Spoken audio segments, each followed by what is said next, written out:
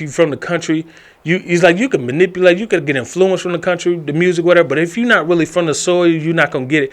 And that hinted towards this idea, belief that Black Americans, especially the ADOS members, have now with outside black communities and groups, is that they come here, use all our resources, use all the foundation that we built, and then want to shun us away. But we did as the if same they're better thing than too. us. We did the same thing to who? Black Americans have been the most welcoming to every community. We've let every community thrive. Bro, first of all, everybody know when we grew up. Yeah. What was an insult? I mean, we always had. No. What was an insult? As it relates to Africa.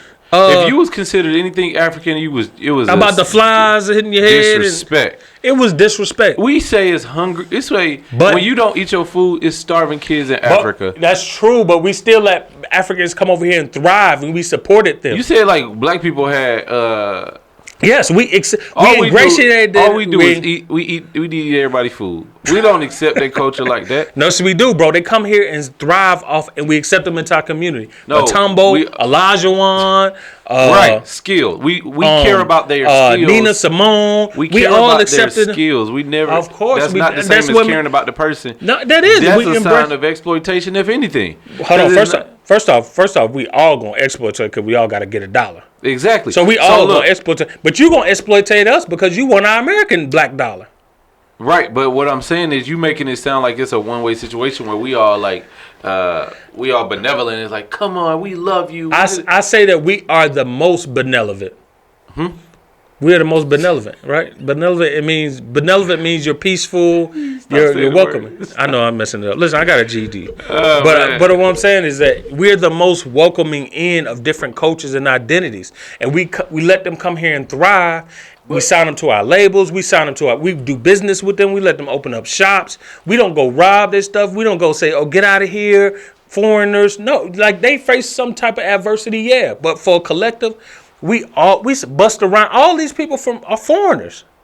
But we support them and raise them. And I hate pointing to entertainers. That's all we got. Nah, that's what we point to. Because that's the most familiar. No, because that's the part where it's welcoming, where we can exploit. We got black engineers all over this world. If we didn't see African people as people who contributed to the things that make us feel good, we never point and say, oh man, the best Nigerian doctors, the best Nigerian Yes, we do. What are you talking about? We always talk about how the rising middle class is a majority of it is who is this we talking about? And blacks in the intellectual space. Dude. Blacks who actually care about politics, social issues, civil issues, who actually are professionals, white collar professionals.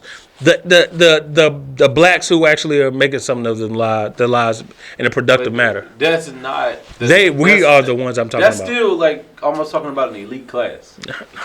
All right, most black folk ain't got no money. Of course, ignorant. Of course. To the fact and still be ignorant and let these Caribbeans and Africans come over here and do business in our. You go up and down Memorial Drive, it ain't nothing but African shops, Jamaican shops. Do we say don't do business in our community? No. Who do we do that to?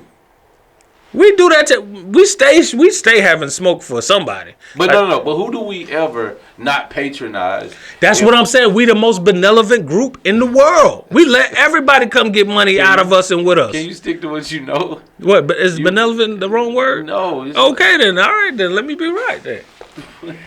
I'm just saying we the most black American. That's why I'm saying we so special. Having been to the most, and we're most welcoming to everybody. Everybody can get money with us until you don't understand what they saying. Until you go viral for being racist to us. As soon as you don't know what they saying, it's an issue. What you talking about? Let you walk in like outside of women getting their nails done. Right. Excuse me, they nails done because they feel like that's a sense of obligation to get their nails done and listen to them folks talk shit about and hair. But they don't get their hair done by they get Asians. wigs. That's what I'm talking they about. buy hair from Asians. Now what they Am I lying? Beauty supply store? Yeah, but that's a different level of like. But you see the tumultuous arguments. Yeah, because they feel if they get offended, because it is you should feel that way, because it's like, damn, you coming in here, you got all these black posters in your store, black women and black this and black hair and black, and you got all these Asian workers working here, and you in the black. Hold on, and you in a black community, but you catering to black people, and you gonna have the nerve to disrespect my culture, who enriching your family to be able to do more for your family overseas, that is disrespectful. And that is when you cross the line with black folk. They're like, nah, we can't do business with you. Stealing shit out they stuff too. So. Reparations, goddamn. Everybody owe us. Yeah, I think that you talking about it from our perspective, but when you look at other people and how they describe their perspective, you can't negate the fact that other people don't feel welcomed by black people.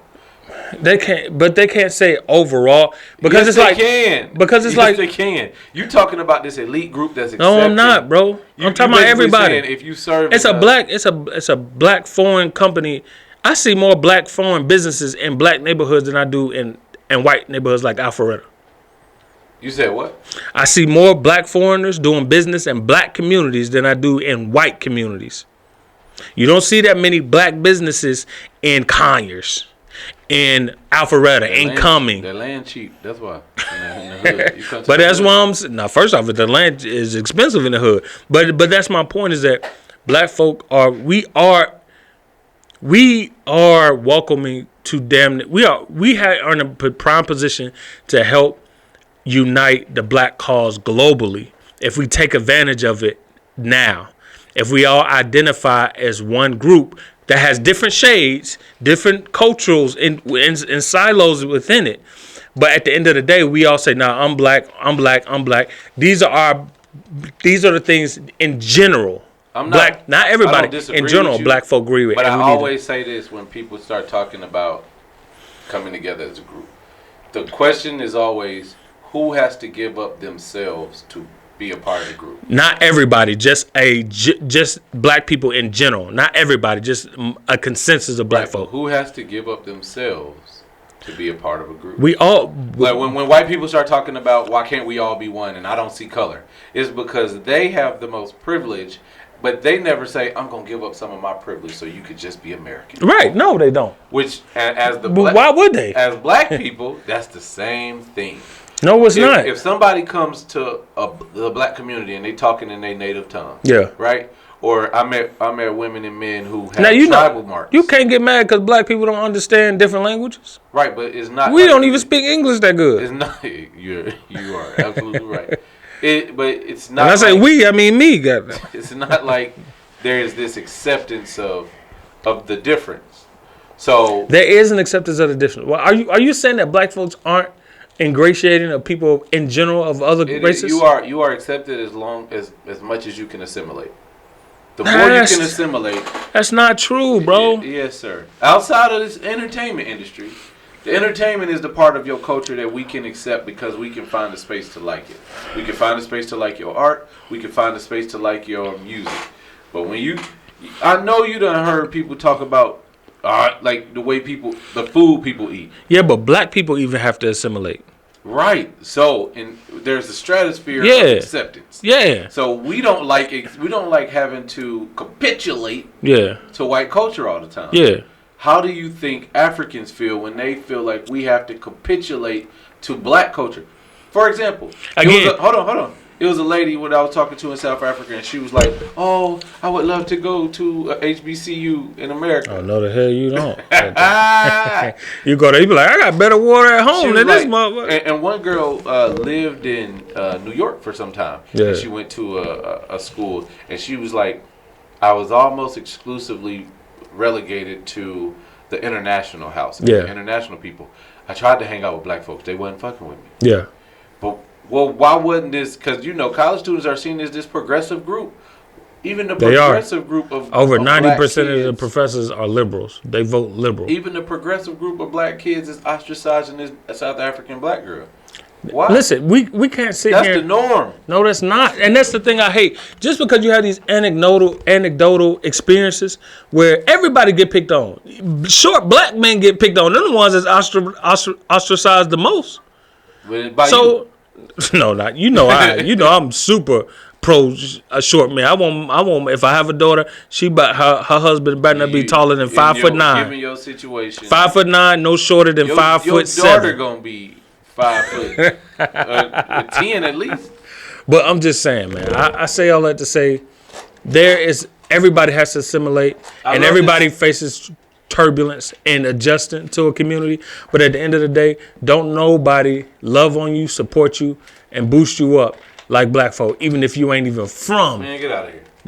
Angelina Jolie be adopting all the black kids and Madonna. If you African, you need to identify as a black person, period.